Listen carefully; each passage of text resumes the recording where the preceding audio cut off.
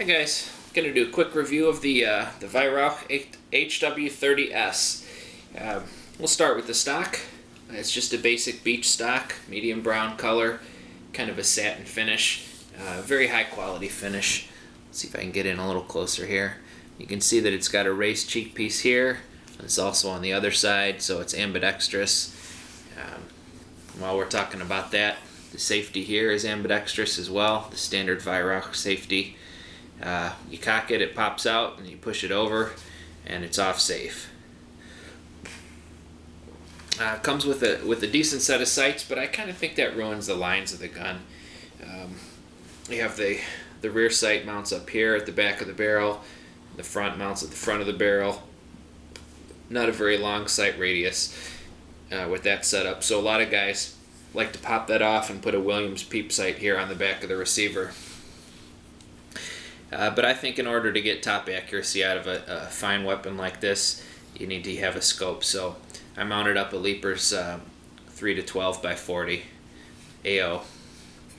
So and I've been pretty happy with that. It adds quite a bit of weight to this otherwise light rifle. So if you really want to keep it light, maybe think about a 6X bug buster or the aperture sights like I mentioned before. The cocking effort is nice and light. It's one of the things that everybody likes about it.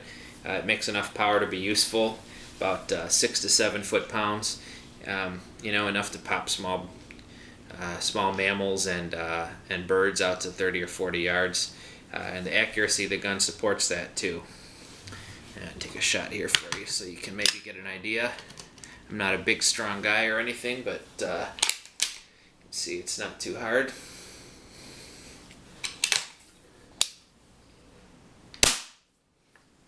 Quiet, not too much recoil. Maybe you notice that. I think it's about 20 pounds of cocking effort.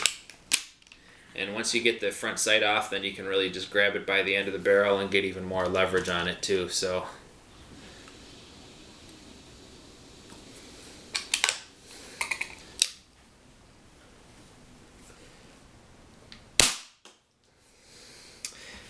okay, the next thing is the recoil. I don't know if you noticed that, but it's not too much. I'll do one more shot for you here. You can see that it is not going to jump around too much in my hands.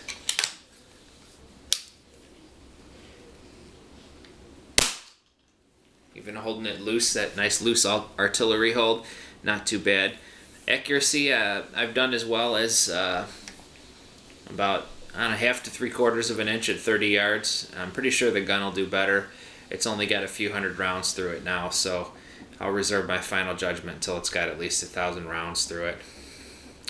Pellet performance, it seems to like the following pellets the best: Craftsman Premier Light, Beeman Kodiak 10.65 grain, JSB Exact RS, RWS Superdome, and H&N Field Target Trophy Power. Those are the brass or the copper plated ones. The balance of the gun is very good. You can see it balances right about here, just forward of the trigger guard, so that makes it nice and easy to shoot offhand. A lot of spring piston air rifles, they get so muzzle heavy that you can barely shoot them offhand anymore. And with this Leapers scope, I added quite a bit of weight. It's only a 3-12, but they're pretty heavy scopes, so but I thought it was worth it. The balance is still very good because we didn't add anything towards the muzzle end. Most of that weight is back more, but still able to shoot that offhand. And every time I shoot it, I do some offhand practice, just in case I have to take a shot like that when I'm out hunting one day. And velocity, I think I mentioned this is about a 6 to 7 foot-pound gun. I'll give you some figures here for velocity. RWS Basics, it shoots at 657 at the muzzle. JSB Exact 604, Exact RS 647, RWS Superdome 583, Craftsman Premier Light 609. I don't shoot a lot of the heavy pellets, even though it likes some of them. So far, its favorite wad cutters are the RWS Super Magnum, and the favorite domed pellets so far are, it's kind of a tie between Craftsman Premier Light and Beeman Kodiak, the real heavy ones, the 10.65 grain. Anyway, as a lot of people have said, if something happened and I had to sell all my air guns, this would probably be the last one to go. It's just, it's handy and it's sleek and it's not too big. You can shoot it all day long. It's got enough power for small game at short to medium distances, and the fit and finish is really nice. It doesn't honk or anything like that, so highly recommended.